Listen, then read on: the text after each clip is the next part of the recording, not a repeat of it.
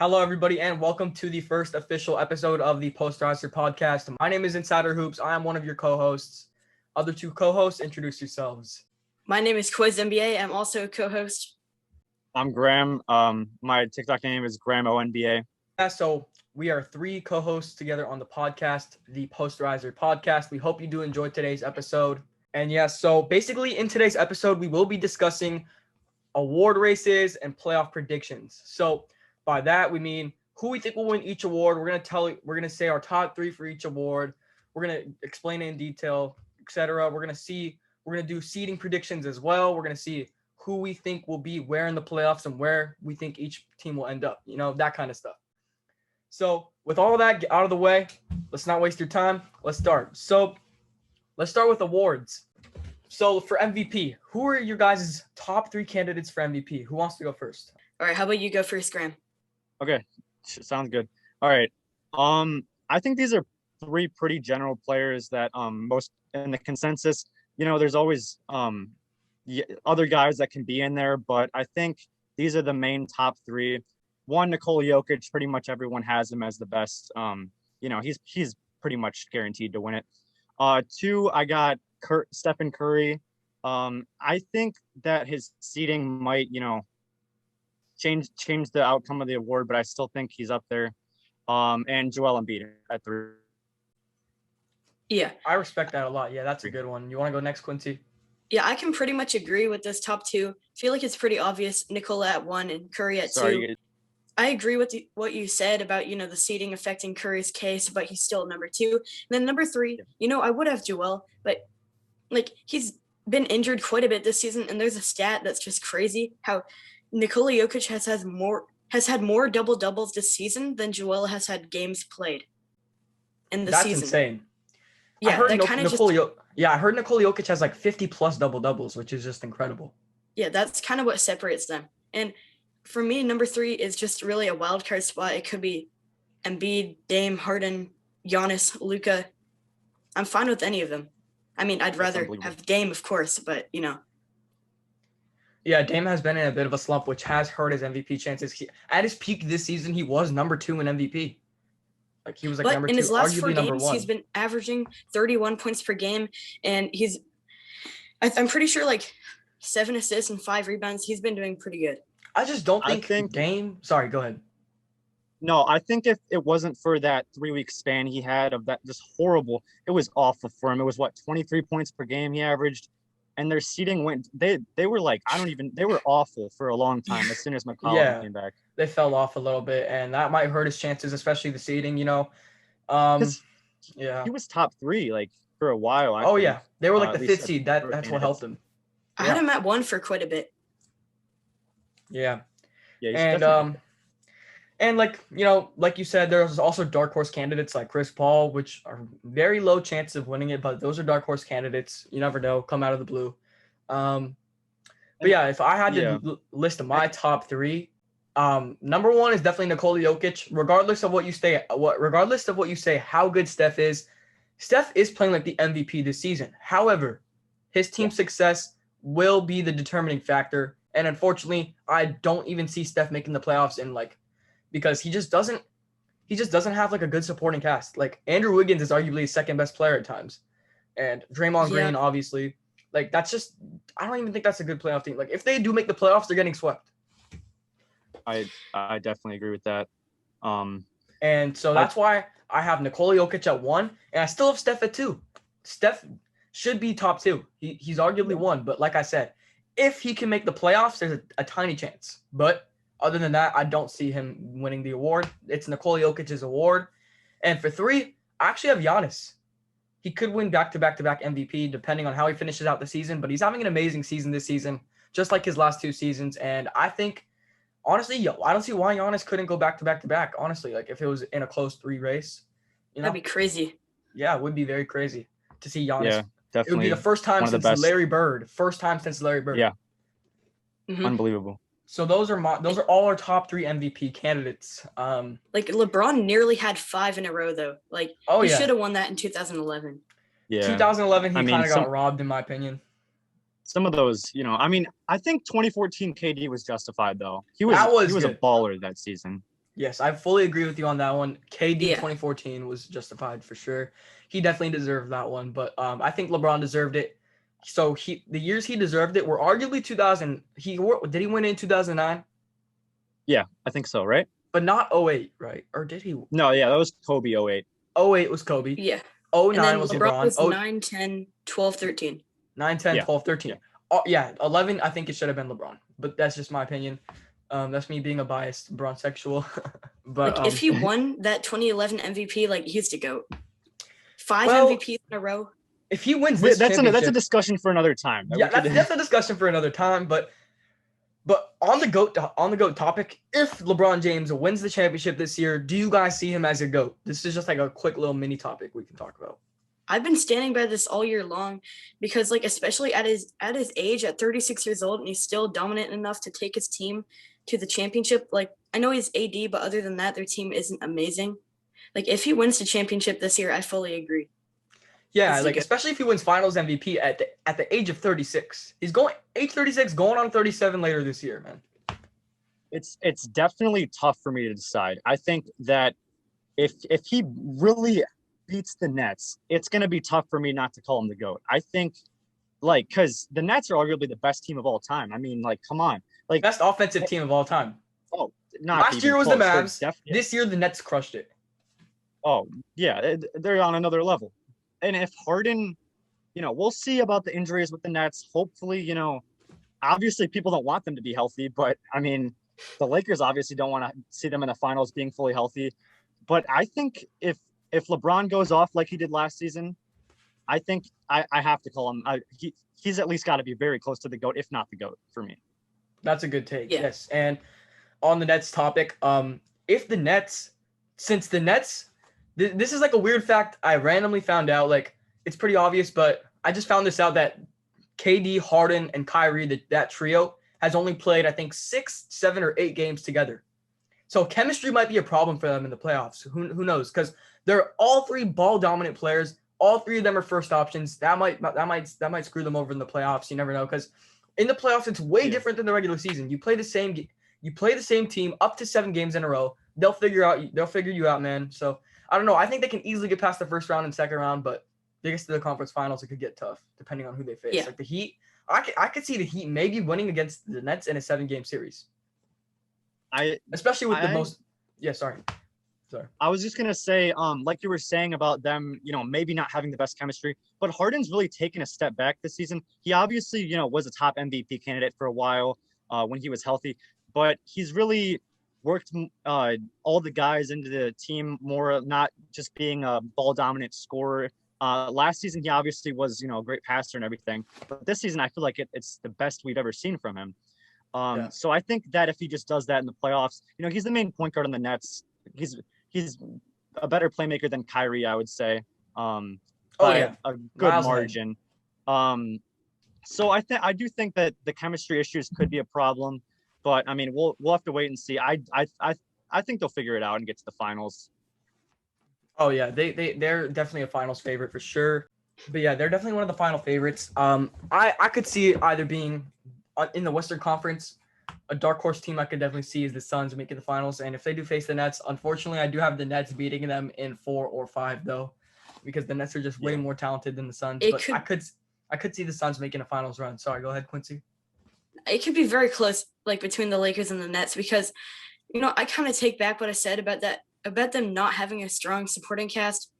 Like, I know Andre Drummond's taken a step back, but he's still quite an amazing player. They got Schroeder, Kuzma, Harrell, KCP.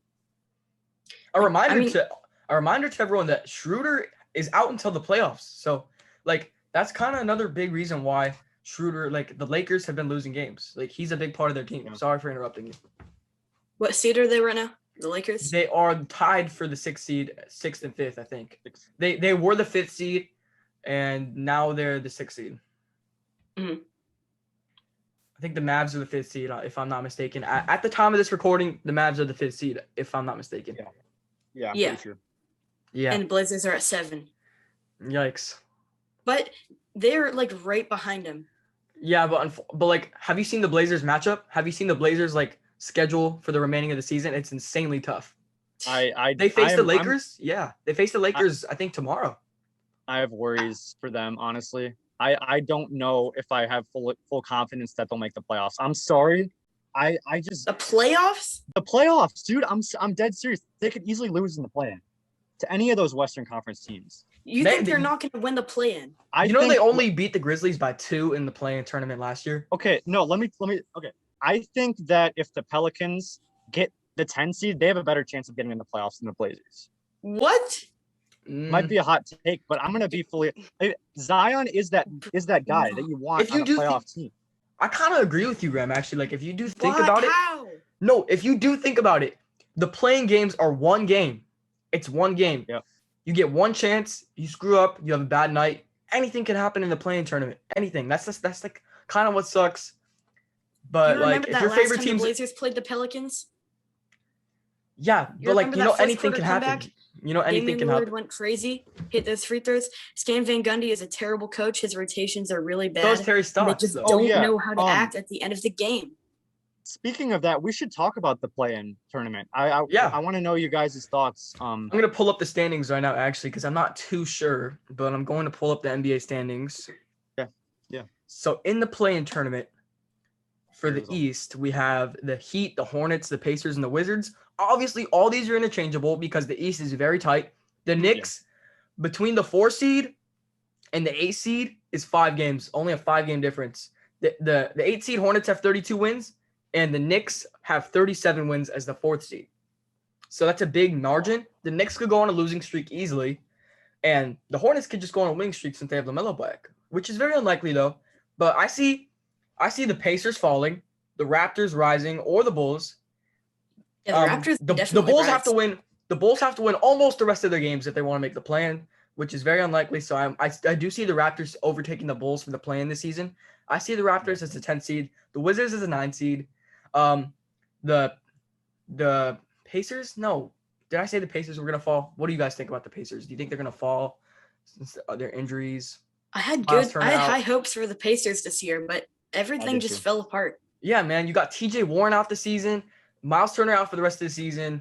They've traded Oladipo. What else could go wrong for them, man? They had a lot of and Jeremy Lamb also out for the season. Jeremy Lamb out ACL. Like Brogdon and Sabonis have to carry. Exactly. So unfortunate for them. I mean, like they're coming into the season as a decent playoff team that was looking to maybe be another 4 or 5 seed, looking to maybe even get to the semifinals. Because last year they got swept. That was not a good series. Yeah. Against the Heat. But like a team like the Heat, I could see them being the 5th seed again this season. They're only 2 games behind the 4th seeded Knicks. They're the 7th seed right now. I could see the Heat going on a nice little last part of the season push and pushing themselves all the way into the 5th seed. So I could see teams like the Hawks falling, especially without Trae Young. Is Trae Young gone or is he back? I haven't been paying attention to the Hawks. The Trae Young's out. He's out. Yeah. So see, that's even worse. Trae Young is out. They have Lou Williams. Clint Capella is doing great. Yeah. Yeah. He's kind of like there. I like the Hawks in the playoffs. I think they have a lot of depth. They're a sleeper team. I think they without could get Trae Young though. That's gonna be like their first round exit without Trae Young. Oh no! If they don't have Trae Young, then they're gonna. I don't think they have Trae Young. He had like a severe ankle injury. I'm pretty sure. So he's out for the playoffs.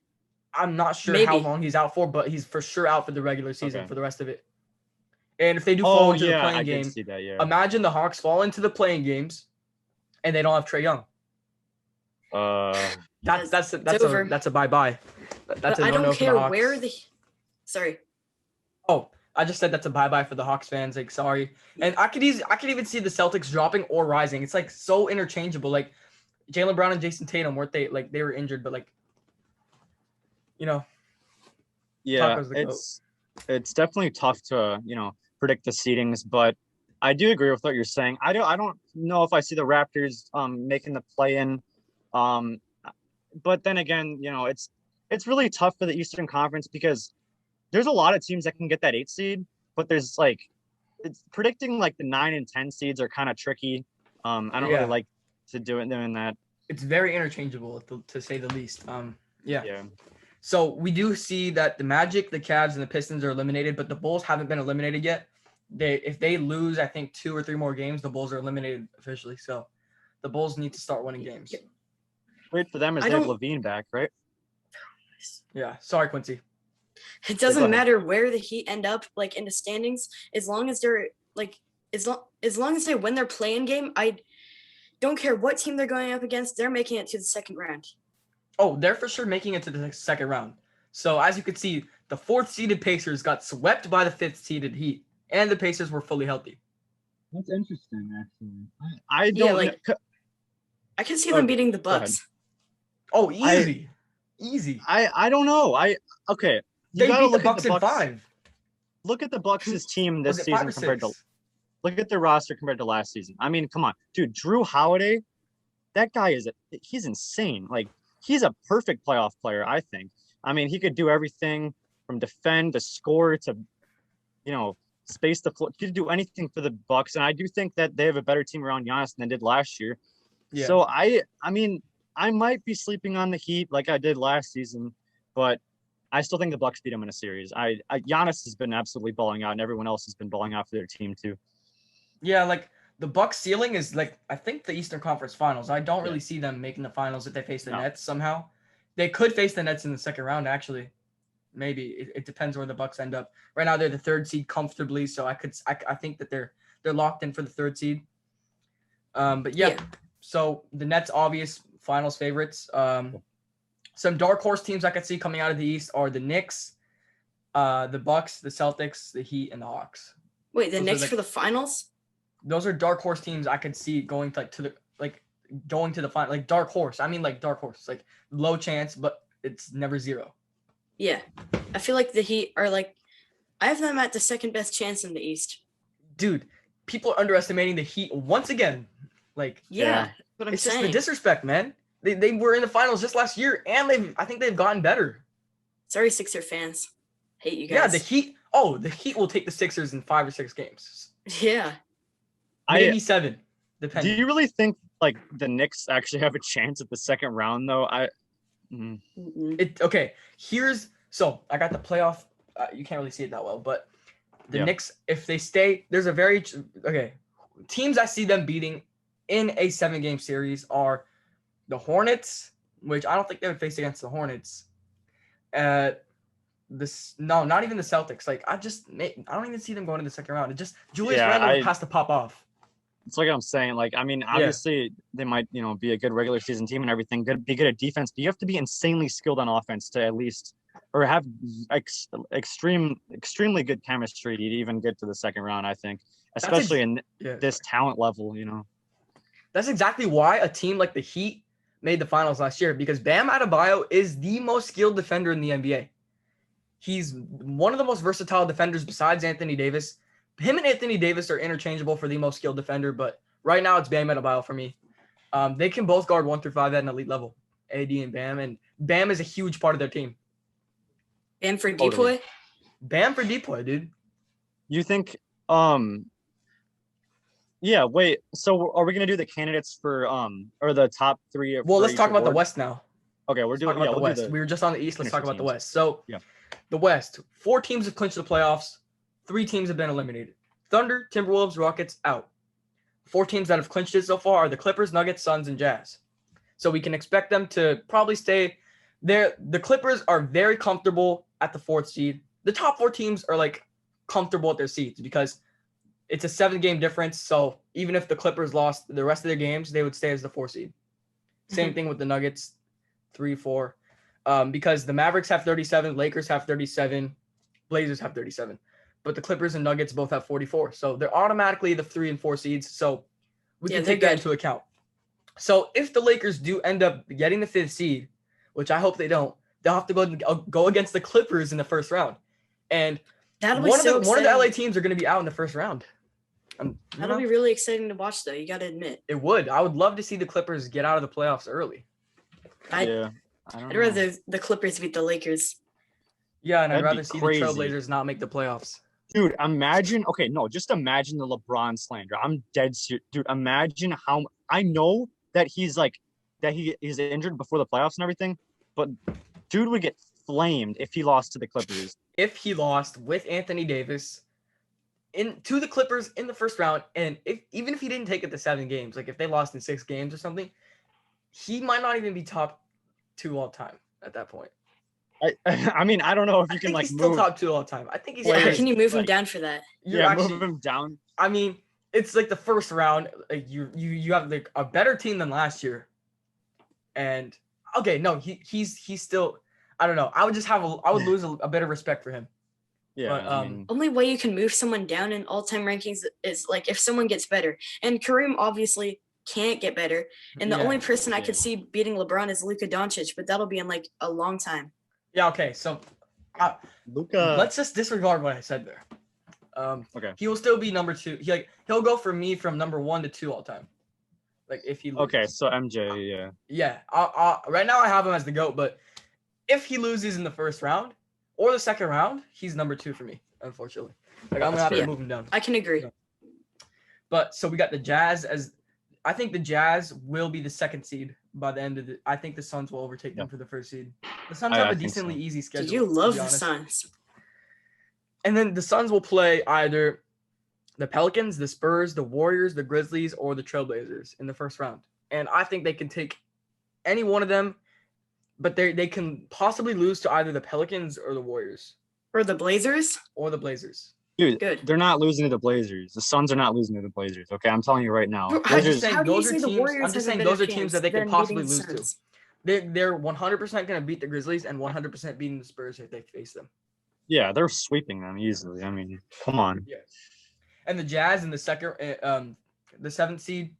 Imagine the Warriors get the 7th seed. And Ooh. Nah, that ain't happening. If the Warriors face the Jazz as the 7th seed against the 2 seed, they would beat the Jazz. I think so. the Jazz are pretenders in my opinion. They are pretenders, dude. I think the Jazz are Stand by that. pretenders, dude. As you can see Like, they last were- season, they blew a 3-1 lead. Like, and They're haven't amazing gotten in the much regular better. season, but But not in the one thing you playoffs. do have to Yeah. take into account, though, the Jazz did not have Bojan, and who was their second leading yeah. scorer. He was their second leading scorer. Now they have Bojan fully healthy, so that's going to be tough. Who knows? Yeah, we'll see how it works out in the playoffs. Maybe they but might I not be agree with what you're pretenders. Yeah, like it's a 50-50 chance. We'll see. I could see the Jazz's peak at the finals. Like they could make the finals. They're a top 2 team. Like it They depends just on call how them they. pretenders, though. But like at their I- peak, their highest peak, like if they Do perform they? well, Okay, but now they have think about it. Bojan. Think about it. Okay, if you're going to the finals, you need a superstar in today's NBA to bring your team there. Obviously, Jimmy Butler, he was playing like a superstar in the playoffs. Let's just admit it. Come on, he was. on a Jimmy tear. Butler is a superstar. Yeah, Yeah. I think if you don't call him a superstar, he's borderline superstar. But last season he's definitely playing like a superstar. The Jazz don't really have a superstar. I mean, who do you point to? Donovan Mitchell. He's not a top 15 player. The I thing is, got not him a- at 17. the thing He's is not a about top that 10 is player. the Jazz are really well rounded. Like they're really well rounded. However, I kind of do see why you would say, yeah. I don't think they'll make the finals. I think their peak is the Western Conference Finals. Okay, I'll say That's that. fair. I could see them West- doing that. Western Conference Finals is their peak, and their like ceiling is, their floor is Their floor. first round exit. Yeah, they're first round exits. Very conference possible. finals. Very Yeah. possible.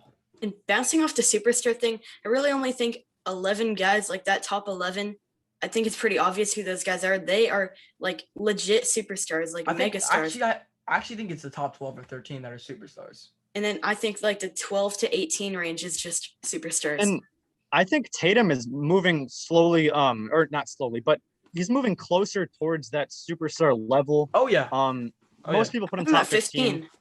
I have Tatum 15 at 15 on my That's list. fair. I do think I'd still have Butler over him, but he's creeping up. Easy. I'm telling you. Butler Butler over him. 14. I have Butler at okay, so I have Kyrie at 11, I think. Wait, what? No, Embiid at 11, Yeah. PG at 12, and Kyrie at 13. Yeah, that's Butler at mine 14 exactly. I know and we agreed Tatum on at 15. a lot Yeah, of I that think- stuff. Mine's probably similar to that, I think. yeah. It's like Um, it's a pretty solid locked in 11 to 15. Yeah. I kind of Yeah. just like had a brain fart there. That's why. My bad. 11 Um, Embiid, all good. 12 George, 13 Kyrie, 14 Butler, 15 Tatum. Yeah, that's pretty fair. That's Yeah, pretty fair. I think 14 and Westbrook? 15 are those two switchable players, Butler and Tatum. Maybe. Whichever order. But 16 Westbrook? Yeah, I have 16 Westbrook. He's been balling. Honestly, I probably put him there. I mean, who else are you going to put there? Honestly, after that top 15 range, I mean, I think Russ. Yeah, I could totally Russ see what you're deserves his saying. respect, dude. At the Mhm. beginning of the season, Exactly. I had him in the 30s. It's kind of sad. I did have him in the 30s. I did too, dude. I too. fell for that injury, the quad injury or whatever it was. Yeah, That fooled I me into honestly thinking- underestimated him. Now I don't Yeah. even have Kemba in my top 50 right now. I don't either. I probably don't either. I have him. I mean, he's maybe think about maybe it. 55. He's maybe like not even. Is he even a top 12 point guard right now? I don't think so. I don't know. Dude, John Wall's been better. We than could- him this season. That could be an idea for a future episode. Top Yeah. 20 each position. We could do that for like a future episode. But Sure. Oh, yeah. that would be amazing. that could be our next episode. You know, who knows, guys? Yeah, But people next, in the comments should like give us ideas. yeah, facts. Next we should do award race though. Now we should Yeah, start award definitely. races. Yeah. So for our award race, let's start. We already did MVP, right? Yeah, kind of got Okay. carried away though. So all right. So we did have our MVPs. All right. So now we'll go to Defensive Player of the Year. What do you guys? Okay, who wants to start for Defensive Player of the Year? Do you want me to start, or does anyone else want to go? I can go, I guess. All right. I mean, who are I your don't top have the three for exact. Who are your top 3 for Depoy? I don't have an exact one, but I gotta have Bam at 1. Ben Simmons could be in that top 3. Possibly Giannis, possibly Gobert. After what Devin Booker did to Gobert, I'm not sure. The top 4 are pretty locked in. Like after the top 4, like the top 4 are like in no particular order. Like Gobert, Bam, Giannis, and I think I'm missing someone. And Ben? Ben. Yes. For my top 3, I do have Gobert at 1. I know that the media does not like him, but I still do think that he's the best defender in the NBA. Interior defense respect is so underrated. I see people all the time disrespecting him. He's like, come on, he's extremely valuable to the Jazz. I think he's the best defender in the NBA. 2, I got Bam Adebayo. Probably, like you were saying, the most versatile defender in the NBA. And then 3, it's tough. I think I'm going to put Simmons at 3. I respect that a lot. I respect the Simmons pick at 3. Him and AD and Bam are like the 3 players that can guard 1 through 5 the best. Yeah, He's a dark horse, Draymond Green. I don't think he's gonna win, but like He's like a people have been top. He's like a sleeping on him. top 6. I think he's top 6, 7. yeah, around there. Kawhi's also a dark horse. Obviously, he's been a dark horse every year, Yeah. but he just hasn't really. He's been. hasn't really the shown years that he won Depoy, he was more of a defensive player than an offensive player. So now that he's like a 2-way superstar, people are looking more at his offense than his defense. Yeah. Like in the And he's like a 18-19 quiet leader. season, He's a he quiet switched leader. up completely. Yeah, like right after he Oh, left, yeah. right when he went to the Raptors, he became a 2-way superstar. So now his offense is at a superstar level. His defense is at a superstar level. He's an all-around superstar. That's why he's like a top 4 player. Yeah, that's why he's number 4. Yep. Not for me. Oh, we could have that discussion another time. Yeah, Don't another say time we can Harden's- do our top. Don't say Harden's better. We can compare our lists another time, but let's just not get into that now. Yeah. But okay. for my top 3, okay. So the one thing that has me not having Gobert at 1, it's kind of like, it's like his ability, he's lacking. How do I say this? Like he cannot guard 1 through 5 like the other 2 people I have ahead of him, right? He's Okay. only like he's mainly a paint defender around the rim, a paint defender. Like outside of the paint, he's not really like that, scary. Like he's not, he's slow. Yeah. He's not fast at all. And with faster people, they can easily blow by him. Too big. So that's why I have Gobert at 3, right? I would have Giannis in my top 2. However, I just think the 2 players that I have above him are better. So at 2, I do have Ben Simmons. So yes, I know I do have Ben Simmons. I don't really like Ben Simmons as a player, but you got to respect his defense. You got to respect his defense. It's good. He's one of the best on-ball defenders. He's a good help defender, good perimeter defender. He can since with his amazing size at I think 6'10" or 6'11", it's like people say different heights for him, but I'm gonna say 6'10". That's a perfect height. He's a 6'10" point guard. There's 6'10" centers, power forwards. There's 6'10s at pretty much every position except point guard and shooting guard. So I hate his fans, dude.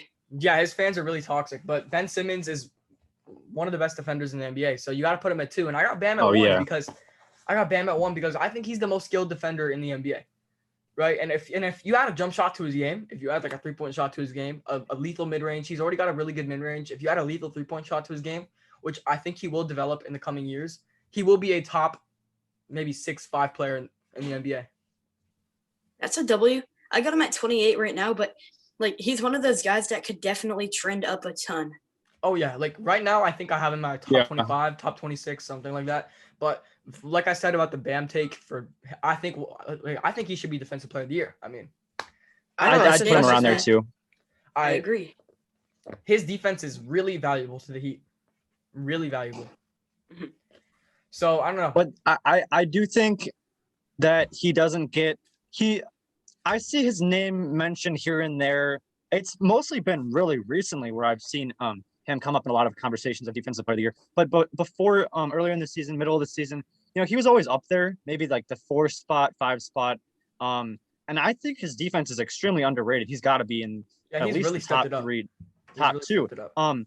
But I just think that Gobert has had more of he might not be as versatile of a defender, but I think that this season alone, he's had just more consistency. So that's why I put him at 1, but I understand why you have Bam at 1. Oh no, I completely if you have any of the top 3 at number 1, it's really interchangeable.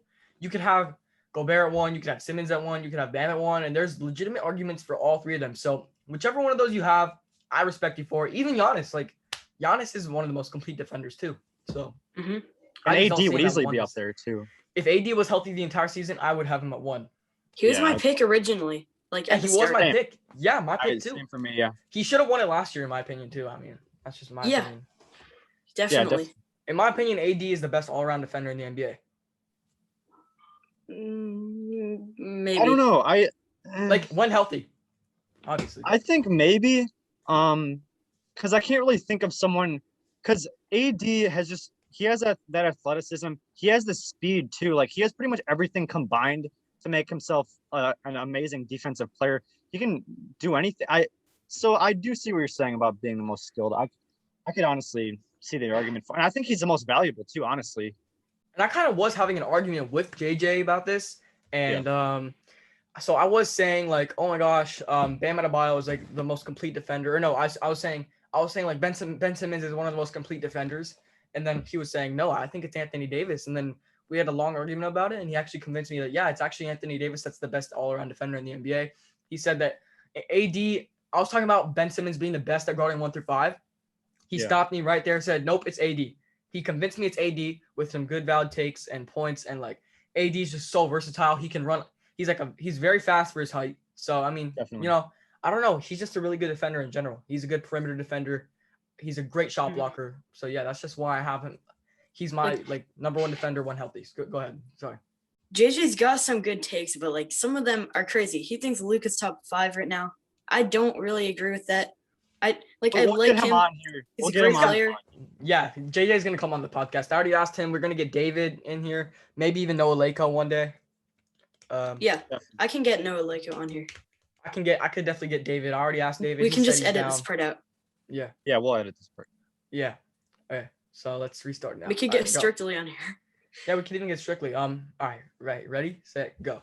All right, so now that we got Defensive Player of the Year out of the way, let's go to Most Improved. What do you guys think about Most Improved candidates? So I have 3 locked candidates in mind. You guys mind if I go first? Go ahead. Yeah.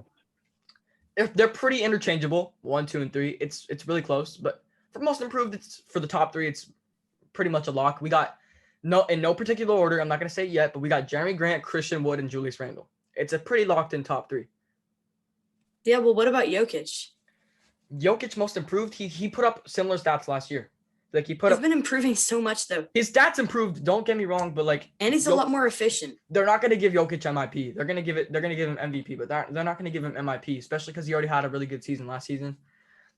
Here's my train of thought. I've been thinking Wood at the start of the season, him popping off, then he gets hurt. Thinking Grant, he's doing amazing, and then Randle just takes off. I think it's Randle. Randle is the clear-cut number 1 Most Improved, and then 2 and 3 is hard to set. I mean, Jokic, he's probably top 5 for Most Improved. I don't see why not. I got But I Wood have at 3. I do have Jeremy Grant at 2 due to the simple fact that Wood did have an ankle injury that took him out for 19 to 20 games. So Yeah, but he was doing amazing.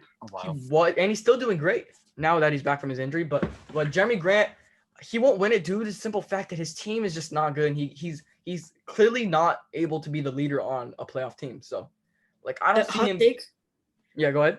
Hot take, you know how CJ McCollum was balling out, back in December January before he got hurt. If he didn't get that foot injury, he would be an all-star. No question. Go ahead. Yeah, sorry, I just need to say all-star and most improved. That's what I'm thinking.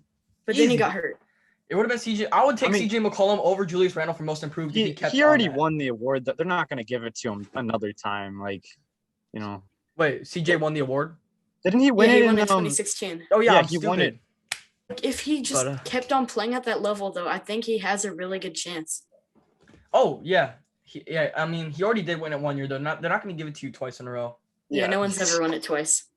Yeah. So, anyways, that's probably why he wouldn't win it. But it's 2016, and that's 5 years ago. Yeah. But so for who's yours? Go ahead. Sorry. My top 3. At number 1, I have Julius Randle, same as everyone else.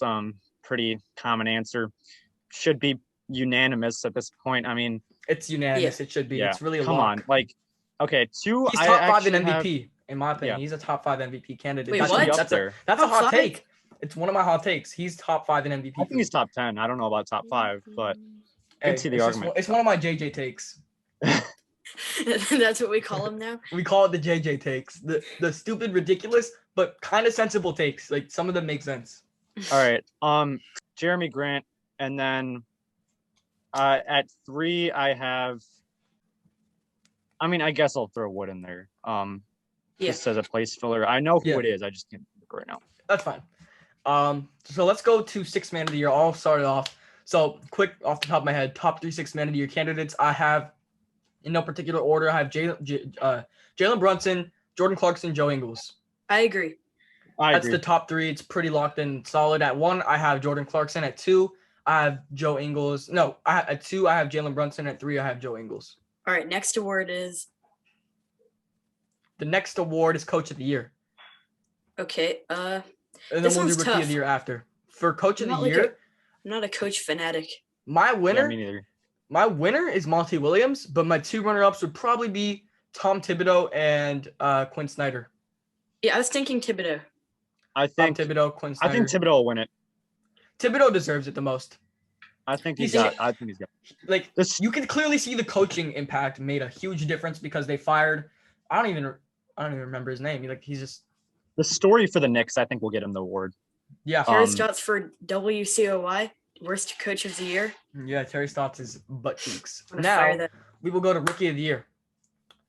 So for Rookie of the Year, now this award is very interchangeable, especially with LaMelo being back now. A lot of people are gonna have different opinions, but at 1, I gotta go with LaMelo Ball. And I know Anthony Edwards has been a baller recently. He's been balling out so far, but LaMelo Ball has been having the better overall season, in my opinion. And his team's doing way better. Anthony Edwards is already out of the playoffs when LaMelo's in playoff contention, and LaMelo is arguably the main reason why. Well, Hayward, Rozier. I know, but he's a big factor in it. He's the third biggest. And we also have players like Jayshawn Tate, Anthony Edwards, But yeah, Halliburton. What are your guys' thoughts on it? What are your guys' thoughts on the Rookie of the Year award? I got 1 LaMelo, 2 Edwards. I feel like that's kind of, the top 2 really locked in. The third guy won't win it. The fourth, it's only going to be LaMelo and Edwards that are going to be in contention for it. Yeah. And then 3 Halliburton. 4 quickly, maybe. See, the thing is, Halliburton's injured. He's out for the rest of the season. I don't think they're going to give him top 3, but he will be all rookie first team. But I think it's going to be probably Emmanuel Quickly for number 3. Yeah. Or Jayshawn Tate. Or Jayshawn Tate. For me, it goes 1, I actually have Anthony Edwards, 2 LaMelo Ball, and 3 Emmanuel Quickly. Yeah. All right. Between Quickly and Tate, it's close. But on NBA.com, I saw it. They had Jayshawn Tate at 3 for the longest. So, he's been balling out. He's great for the Rockets. The Rockets have a great future, man. And they're gonna get a high pick this year. With John. I don't know about great, but just because we haven't really seen anything. We've seen what the potential they can have. But they can easily flip John Wall for something. Yeah, I think John Wall's they not a should part of their future plans. Not at all. Yeah, he's trying to mentor the younger guys. I think that's the point of him being on the team. Yeah, he's like 30, 31 now, I think. So he's getting Yeah. up there, but still young-ish. Not really young, but Mhm. he's up there in age. And then, so we got rookies out of the way. So I think mean, that's it. That's it. Yeah, it was really fun filming this first episode, guys. Yeah, Definitely. amazing. Hands, guys. That was a banger first episode. Sure. Thank you guys for being here. I appreciate Give us it. ideas on what we should do next and what people we should bring on. I want you guys to comment down below on all social media platforms. We'll be posting clips on TikTok, Instagram. I got a link tree in my bio, Insider Hoops, at Insider Hoops on TikTok, Instagram, all that good stuff. We got the Posterizer Podcast on Instagram. Go follow that. Got a link tree to all the links. We got the RSS.com, Spotify. You can listen on Spotify, YouTube, all that good stuff. But yeah, with all that being said, thank you guys so much for taking the time out of your day to watch our podcast. Episode 2 will be out sometime next week. We don't know yet, but we will be filming episode 2 within the next week. So we hope you guys are here for that. And with all that being said, I'm Insider Hoops. I'm Quays NBA. Graham ONBA. And we're out. Thank you guys so much for watching. See ya.